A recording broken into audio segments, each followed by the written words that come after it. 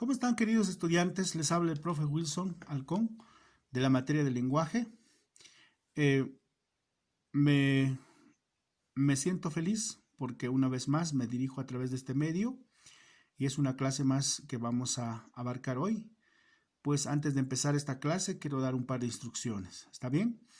Primero tratemos de usar siempre el Classroom. Ya es algo oficial que nosotros estamos utilizando esta plataforma, ¿ya? Y pues de aquí en adelante la educación será virtual, ¿no? Presencial y semipresencial. Por lo tanto, necesitamos usar esa plataforma y hagámoslo, porque ya el WhatsApp ha quedado a la historia, ¿ya? Entonces les recomendamos que también usen los tiempos, ¿no?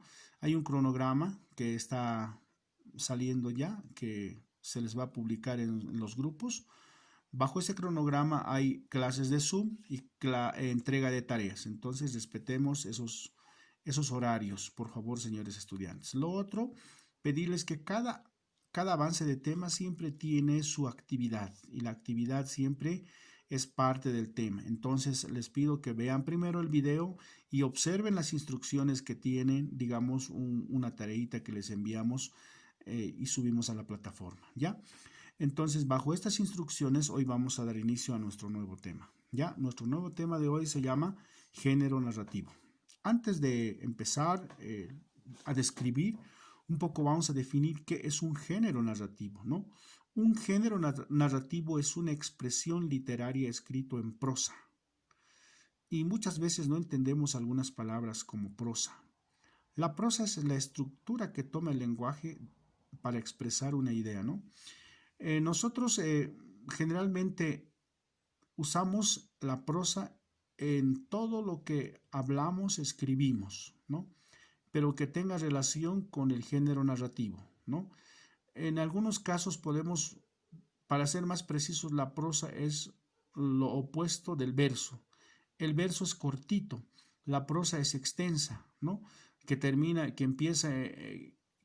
en un punto aparte, en un párrafo. Entonces, la historia, el género narrativo, las ideas, los conceptos siempre van a estar escritos en prosa. En cambio, un verso es parte de la literatura, pero corresponde al género lírico. En cambio, la prosa corresponde al género narrativo, ¿ya? Para que se den cuenta. Ahora un poco vamos a ver qué función cumple el género narrativo dentro de la sociedad. Cuando nosotros leemos, ¿no?, una narración, ¿qué es lo que hacemos, ¿no? Cuando el lector entra en acción con el objeto, que es el texto, hay una palabra que hay acá, se llama entretener, ¿sí? Impresionar. Las narraciones nos impresionan, o una novela, un cuento, una fábula, un mito, siempre nos van a impresionar y entretener. Quiere decir, vamos a leer con toda la concentración necesaria que tenemos para entender y para seguir qué cosas más ha pasado, ¿no?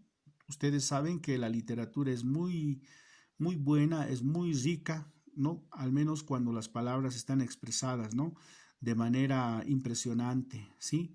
Y eso nos gusta a nosotros. Entonces, en ese margen nosotros como lectores nos entretenemos. Entonces, la función del género narrativo es entretener al lector. Pero no olvidemos que el género narrativo no siempre es en un texto. También puede llegar de manera oral, ¿no? Este relato de historias, ¿no? No siempre puede ser escrito, ¿no? Por ejemplo, los mitos son orales, ¿no? Son porque son creencias, ¿sí? Ya, por ese lado es esa, digamos, la función del género narrativo. Ahora vayamos a las características. Tiene, por lo menos, hemos visto 3 características fundamentales. Primero, se expresa mediante un narrador. El género narrativo siempre va a tener un narrador, ya sea en primera, segunda o tercera persona, ¿no? Si ustedes han visto el año pasado, en el curso anterior en sexto, hay narrador en primera persona. Es cuando el narrador presencia los hechos y cuenta. En segunda persona es que no ha visto los hechos, sino simplemente ha hecho que una persona le ha contado y ha escrito la historia. En tercera persona ha recogido la información y ha escrito, ¿no? Entonces, esas son las personas que pueden narrar en primera, segunda, tercera. Otra de las características es que nos cuentan sucesión de hechos, ¿no? Una narración siempre va a tener sucesiones. Las sucesiones son una secuencia de hechos.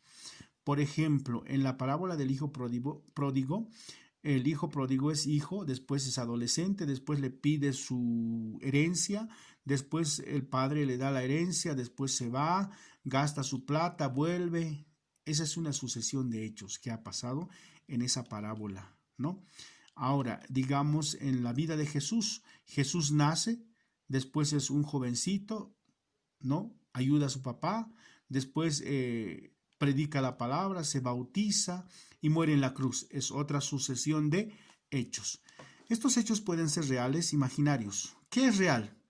La vida de Jesús es real. ¿Qué es imaginario? Una parábola es imaginario, ¿no? La parábola del buen sembrador es imaginario porque es una parábola obviamente que tiene una enseñanza, pero es imaginación. Imaginación quiere decir subjetivo, que no ha pasado, pero puede pasar, ¿sí? Eso, real es lo que ha pasado. Imaginario es subjetivo. Vamos a decir en términos simples, estos son concretos, podemos haber visto. Digamos, la muerte de Jesús no lo hemos visto, pero sí podemos contar a nuestras futuras generaciones del COVID-19. ¿Esto es real o no? No es ficción. Aunque si ustedes han visto la película china, ¿no? El virus, eso sí es imaginario, ¿sí? No es ficción, pero es imaginario, ¿no? Aunque se ha vuelto real ahora. Pero es dos cosas importantes. El COVID-19 es una historia real. En cambio, lo imaginario puede ser la parábola del buen sembrador, del hijo pródigo, pero son imaginarios, pero también se puede dar, ¿no? Está representado por personajes, ¿no? En una narración siempre hay personajes principales y personajes secundarios, ¿no? Eso ustedes conocen y sabemos también, ¿sí? Muy bien, vamos a seguir adelante. ¿Qué géneros forman parte de la narración, no? Uno de los géneros que forman parte de la narración es el cuento, ¿no?